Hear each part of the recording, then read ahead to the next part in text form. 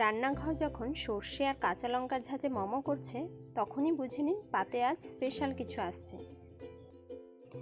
দই সর্ষে পোস্ত দিয়ে পমফ্রেটের এই ইউনিক রেসিপিটি আজকের লাঞ্চ বা ডিনারের শো স্টপার হতে বাধ্য। বাঙালির প্রিয় পমফ্রেট যখন সর্ষে পোস্ত আর টক দইয়ের গ্রেভিতে স্নান করে, তখন তার স্বাদ হয় অতুলনীয়। ঘরোয়া মশলায় কিভাবে অনুষ্ঠান বাড়ির মতো স্বাদ আনবেন, দেখে নিন আজকের এই ভাইরাল রেসিপিতে। মাছের রাজা যদি ইলিশ হয়, তবে রাজকীয় স্বাদে টেক্কা দিতে পারে এই সর্ষে পোস্ত পমফ্রেট।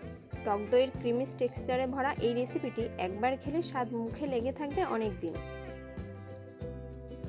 দেখতেই পাচ্ছেন 5টি পমফ্রেট মাছ নিয়ে নিয়েছি। এর দুটো মাছ দিয়ে দই মশলা ঝাল করেছি, সেই ভিডিও আমার চ্যানেলেই দেখতে পাবেন। আজকের রেসিপি করছি বাকি 3টি দিয়ে।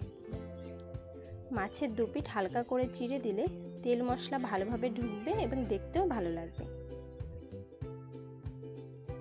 এখন কিছুটা নুন, হলুদ, কাশ্মীরি লঙ্কা গুঁড়ো, লেবুর রস আর কিছুটা সর্ষের তেল দিয়ে ভালোভাবে মাছগুলোকে ম্যারিনেট করে নেব।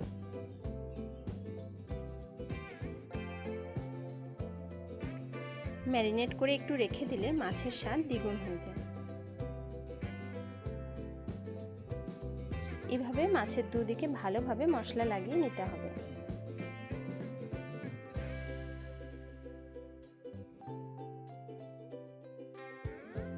সবগুলো মাছকে ভালোভাবে ম্যারিনেট করা হয়ে গেছে। এবারে এই রান্নার জন্য কি কি মশলা লাগছে চলুন দেখে নিই। নিয়েছি কিছুটা সাদা সর্ষে, পোস্ত, কাঁচা লঙ্কা আর ফেটিয়ে রাখা টক দই। মশলাগুলো বেটে নিচ্ছি।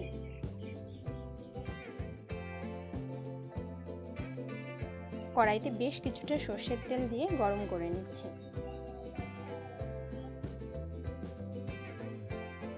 মাছ দিয়ে দুপিঠ লাল লাল করে ভেজে নেব। খুব বেশি কড়া করে ভাজবো না, তাহলে মাছ শক্ত হয়ে যাবে এবং খেতেও ভালো লাগবে না। কড়াইতে একটু বেশি করে তেল দিয়ে ভালোভাবে গরম করে তারপরে মাছ দিতে হবে, না হলে মাছগুলো ভেঙে যাওয়ার ভয় থাকবে। এমনভাবে যদি মাছ ভাজেন তাহলে কখনোই মাছ ভাঙবে না। দেখুন মাছগুলো হালকা ভেজে তুলে নিচ্ছি।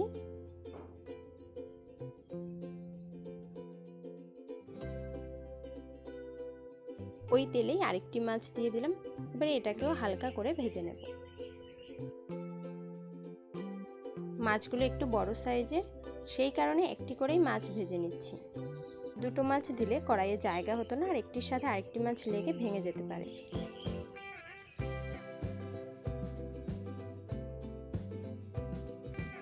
এটাকেও হালকা লাল করে ভেজে তুলে নিলাম।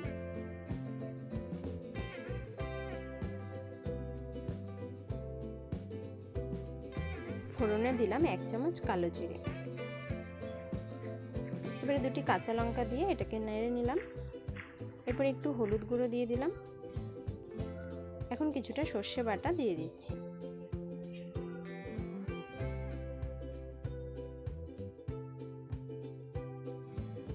কাঁচা লঙ্কা বাটা দিয়ে ভালোভাবে মিশিয়ে নিচ্ছি।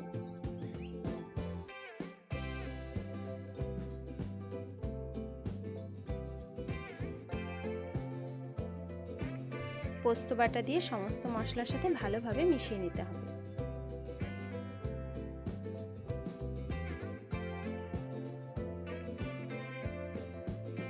দিচ্ছি স্বাদ মতো নুন। এটাকেও ভালো মতো মিশিয়ে নিতে হবে।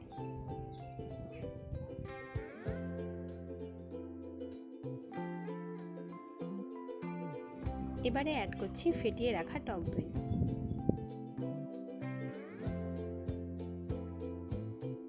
গ্যাসের ফ্লেম লোতে রেখে টক দই দিয়ে ভালো মতো মশলাটাকে কষিয়ে নেব।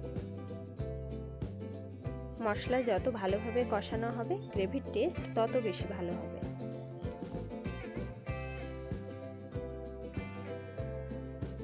মশলা ভালোভাবে কষানো হয়ে গেছে, মশলা থেকে তেল ছাড়তে শুরু করেছে। এই পর্যায়ে গরম জল অ্যাড করলাম। এবারে 2 মিনিট ঝোলটাকে ফুটতে দেব।